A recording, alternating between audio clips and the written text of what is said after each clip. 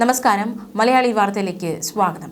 തിരുവനന്തപുരം നാലാഞ്ചിറയിലെ കൊലപാതകം അതിക്രൂര കൊലപാതകം മനുഷ്യ മനസാക്ഷിയെ നടുക്കിയിരിക്കുകയാണ്. മാത്രമല്ല അതിലേറെ നോവാകുന്നത് കൊലപാതകം ഒരു സൈഡിൽ നമുക്ക് വളരെ വിഷമകരമാണ്. കൊലപാതകത്തിലേക്ക് നയിക്കപ്പെട്ട സാഹചര്യങ്ങൾ എല്ലാം ഒരു വശത്ത് നിൽക്കുന്നു. പക്ഷേ ഇവിടെ നമ്മൾ ഏറ്റവും ശ്രദ്ധേയമായി നോക്കേണ്ടത് 4 കുട്ടികൾ അനാഥരായിരിക്കുകയാണ്. അമ്മ നഷ്ടപ്പെട്ടു, അച്ഛൻ എവിടെയാണെന്ന് അറിയില്ല.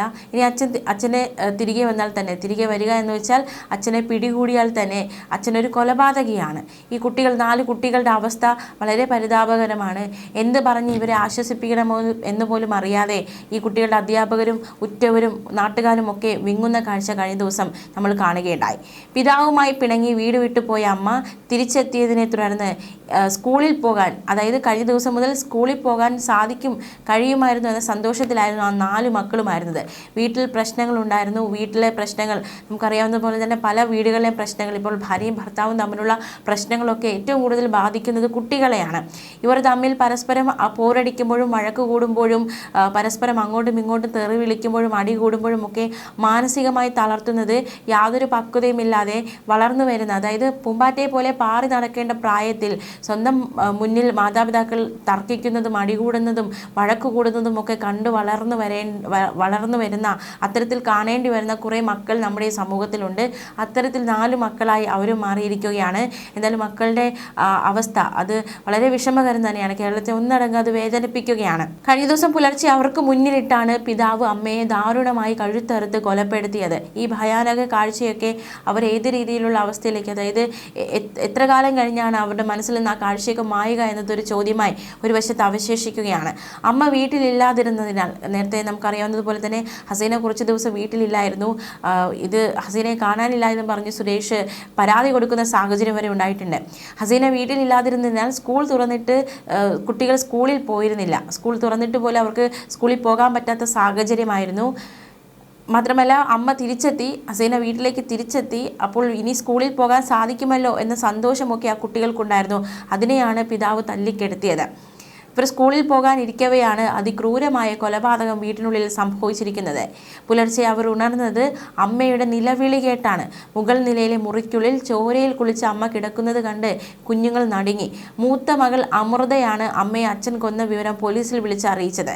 17, 15, 7, 8 വയസ്സുള്ള 4 മക്കളും ഹസീനയുടെ അമ്മയുമാണ് സംഭവ സമയം വീട്ടിലുണ്ടായിരുന്നത്. അച്ഛൻ്റെ കൈകൊണ്ട് രക്തത്തിൽ കുളിച്ച അമ്മ ജീവൻ വെടിയുന്നത് കണ്ടു നിൽക്കേണ്ടി വന്ന മക്കൾ. കൊലപാതകത്തിന് ശേഷം ഒളിവിൽ പോയി അച്ഛനെ പോലീസ് തിരയുമ്പോൾ സംഭവം കണ്ട, അതായത് സ്വന്തം ഈ ഒരു അമ്മ മരണത്തോട് മല്ലടിക്കുന്ന അല്ലെങ്കിൽ പിടയുന്ന കാഴ്ച കണ്ട ആ കുട്ടികളുടെ ആ ഒരു മാനസികാവസ്ഥ, അവരുടെ ആ ഒരു നടുക്കം അത് ഇതുവരെയും അവരിൽ നിന്ന് വിട്ടുമാറിയിട്ടില്ല.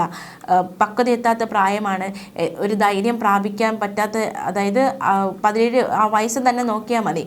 സ്വന്തം അമ്മ നഷ്ടപ്പെട്ട് ആ കുട്ടികളുടെ അവസ്ഥ എത്തരത്തിലാണത് കൈകാര്യം ചെയ്യുക ചുറ്റുമുള്ളവർ എന്നതൊക്കെ ഒരു ചോദ്യമായി തന്നെ അവശേഷിക്കുകയാണ്. പെട്ടെന്ന് ആരുമില്ലാതാകുമ്പോൾ ഉണ്ടാകുന്ന ഒരു അനിശ്ചിതത്വം ആ കുട്ടികളുടെ കണ്ണുകളിലും മനസ്സിലുമൊക്കെ അത് കാണാവുന്നതാണ്.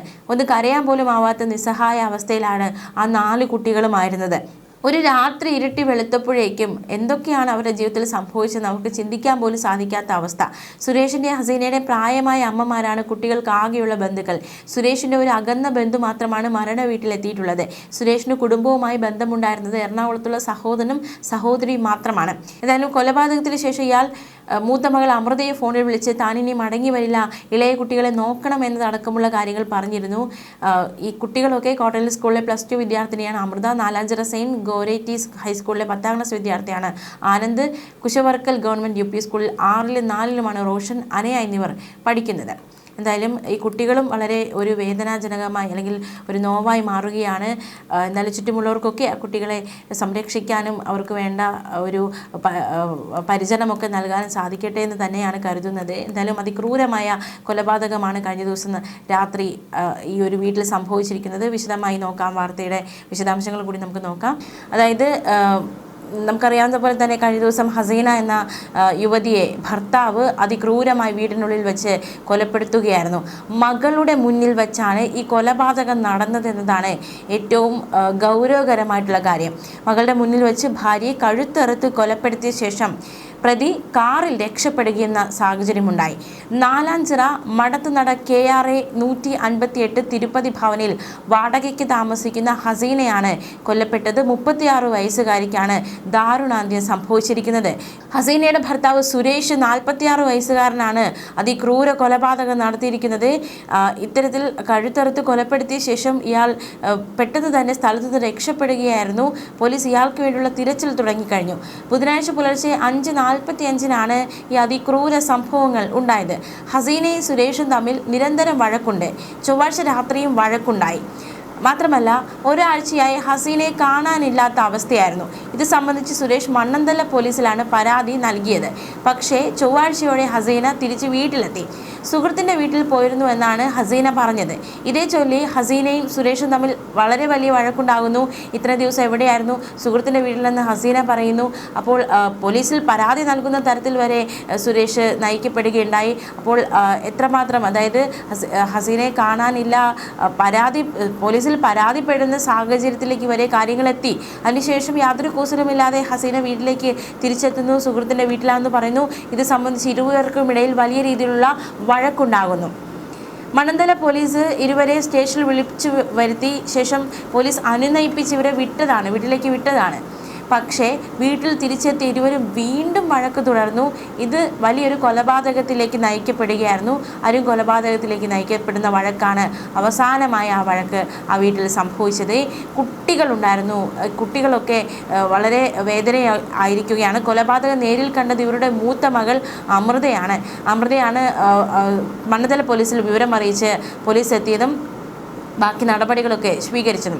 കൊലപാതകത്തിന് ശേഷം കത്തി കുളിമുറിയിൽ കൊണ്ടുപോയി കഴുകിയ ശേഷം സുരേഷ് കാറിൽ കടന്നു കളയുകയായിരുന്നു. ഹസീനയും സുരേഷും ഇവരുടെ 4 മക്കളും ബന്ധുവായ സ്ത്രീക്കൊപ്പം 5 മാസം മുൻപാണ് ഈ വീട്ടിൽ താമസിക്കാൻ എത്തിയത്. മാത്രമല്ല കൊലപാതകത്തിന് ശേഷം കടന്നു കളഞ്ഞ സുരേഷ് മൂത്ത മകൾ അമൃതയെ ഫോണിൽ വിളിച്ചു. എന്നിട്ട് അയാൾ പറഞ്ഞത് ഈ കാര്യമാണ്: താൻ ഇനി മടങ്ങി വരില്ല, ഇളയ കുട്ടികളെ നോക്കണം എന്നാണ് സുരേഷ് ഈ കുട്ടിയോട് പറഞ്ഞിരിക്കുന്നത്. എന്തർത്ഥത്തിലാണ് സുരേഷ് ഇത് പറഞ്ഞിരിക്കുന്നത് എന്നതൊക്കെ ഒരു ചോദ്യമായി തന്നെ അവശേഷിക്കുകയാണ്. കോട്ടൺ ഹിൽ സ്കൂളിലെ +2 വിദ്യാർത്ഥിനിയാണ് അമൃത. നാലാഞ്ചിറ സെന്റ് ഗോരറ്റീസ് ഹൈസ്കൂളിലെ 10ാം ക്ലാസ് വിദ്യാർത്ഥിയാണ് ആനന്ദ്. കുജവർക്കൽ ഗവൺമെൻറ് UP സ്കൂളിൽ 6ലും 4ലുമാണ് റോഷൻ, അനയ എന്നിവർ പഠിക്കുന്നത്. 4 കുട്ടികൾ, പറക്കമുറ്റാത്ത 4 കുട്ടികൾ, അവർക്ക് അവരുടെ അമ്മയും അച്ഛനെയും ഒരേപോലെ നഷ്ടപ്പെട്ടിരിക്കുന്ന അവസ്ഥയാണ് നിലവിൽ ഉണ്ടായിരിക്കുന്നത്. കൊലപാതക വിവരം അറിഞ്ഞ് റോഷനെയും അനയും പഠിക്കുന്ന സ്കൂളിൽ നിന്ന് അധ്യാപകരൊക്കെ കഴിഞ്ഞ ദിവസം വീട്ടിലെത്തിയിരുന്നു. 2 ദിവസമായി കുട്ടികൾ സ്കൂളിൽ എത്താത്തതിനെ തുടർന്ന് ഹസീനയെ അധ്യാപിക ബന്ധപ്പെട്ടിരുന്നു. പനിയാണ്, ഭേദമായതിനു ശേഷം വരുമെന്നാണ് ഹസീന അധ്യാപികയ്ക്ക് ശബ്ദ സന്ദേശം അയച്ചത്. കുടുംബ പ്രശ്നങ്ങൾ ഉണ്ടായിരുന്നുവെന്ന് അറിയില്ലായിരുന്നുവെന്നാണ് അധ്യാപകർ അടക്കമുള്ളവർ കഴിഞ്ഞ ദിവസം മാധ്യമങ്ങളോട് പ്രതികരിച്ചത്.